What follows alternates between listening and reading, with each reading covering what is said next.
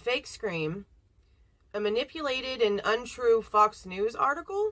All right, let's get into the fake news that we've heard this past week.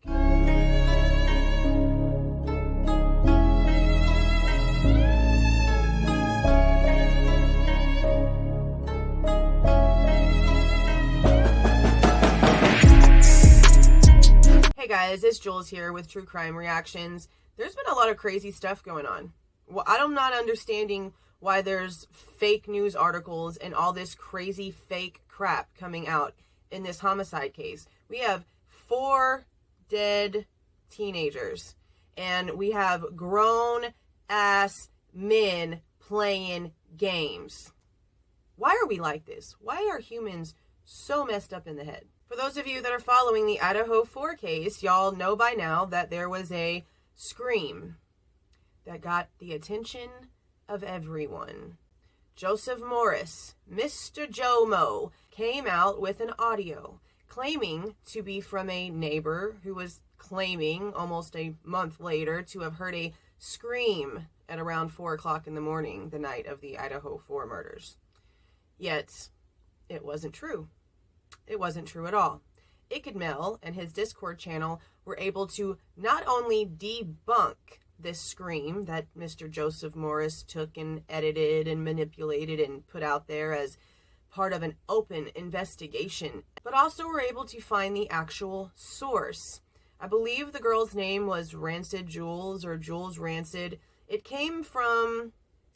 I'm not even going to get into the type of video that it came from, because there's apparently a bunch of controversy around the video of origin itself. So I'm going to just leave a link to the video where Ikadmel breaks all of it down, and y'all can go and check that out yourselves. But not only was this scream taken from another source, completely unrelated and years old, okay, but there was also manipulation to the text of the article that he was showing in this video. Now, Ikadmel also shows you how Joseph Morris was able to do this. There's HTML coding in every web page that you are in, and he shows you exactly where he would have been able to go in and put this text. He shows you in real life exactly how Joseph Morris was able to do this. This is a grown man, and not the first time that he has done something so disgusting and disturbing. For those of you who were into the Gabby Petito situation, Joseph Morris is the a-hole who posted the fake Brian Landry's live on Instagram, standing in the middle of a boat in the middle of water. Oh my God. That was debunked within a day or so. This one got debunked even faster because everyone's hip to his bullshit. Now, if you go on his channel now, all of his videos are basically gone about this case. So I'm wondering, is there going to be actually like repercussions for this? Because he obviously got away with it in the Gabby Petito case. And this sicko even adopted a dog and named the dog Gabby and puts the dog like in his videos and stuff. He literally makes me want to puke. I think I'm about to throw up right now. And we know the reputation that the true crime community has on YouTube. So for YouTubers to be this much bullshit and do something this pathetic is actually not like shocking. But then we have the Fox News article that Kaylee's sister is now coming out and stating, hold up, no, none of this is accurate. None of this is true. And nothing that I'm telling you right now is brand new breaking information. Most of this is a little over a day old. By now, most of y'all have heard it. There's details from the conversation, apparently, that Kaylee's father, Steve, had with the coroner.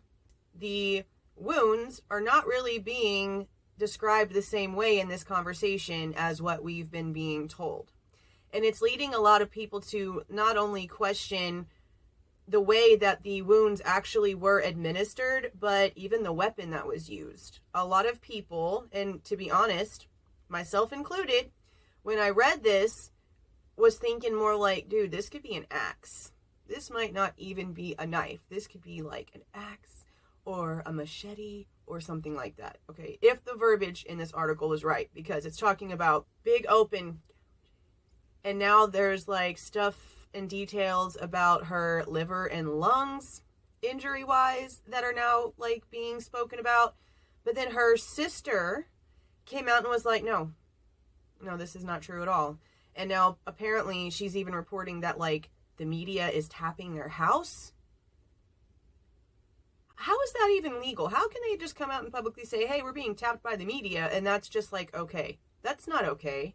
But as of the recording of this video, that article is still very much live on Fox News. And that's something that Ikenmel mentioned in his video. That someone that he spoke to who's been in this business was like, someone as big as Fox News isn't just going to leave the article up there in a case like this, because we all know, you know, in other things that this probably isn't true. Twitter files. That if it was really non-contextual and there was no basis to it, it would have been removed by now. But the sister is publicly stating, hey, it's not true, and now stating that they're not going to be talking themselves anymore.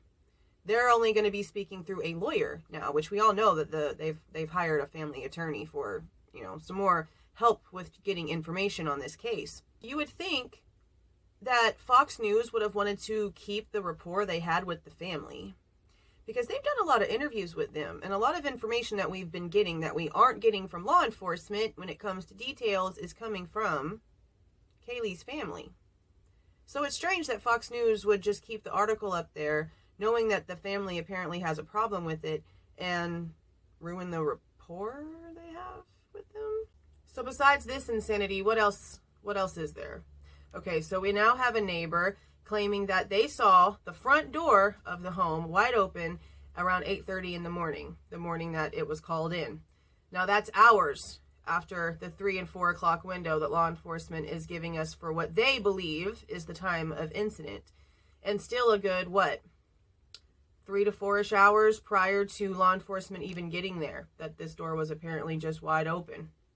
And then what happened? What else happened? Chris with the interview room. Him and his wife randomly decide to go visit the crime scene on Thanksgiving Day and mysteriously find a black glove that had yet to be discovered by law enforcement. That's all we know. Black glove found. That's it.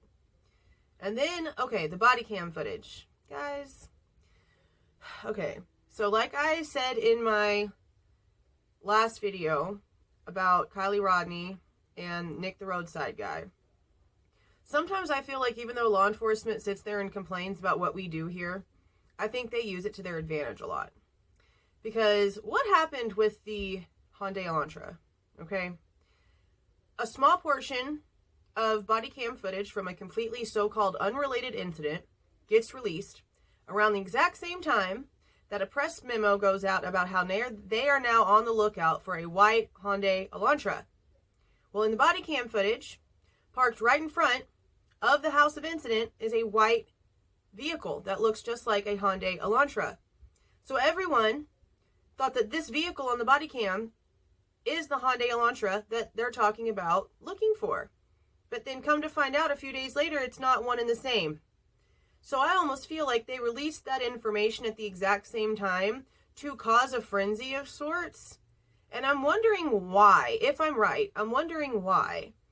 Because those two things being released at the same time and then having nothing to do with each other is very strange to me, knowing that law enforcement is telling people like us, the sleuths, to people online that are doing all this stuff, to chill out with all the speculations and all the whatever's going on.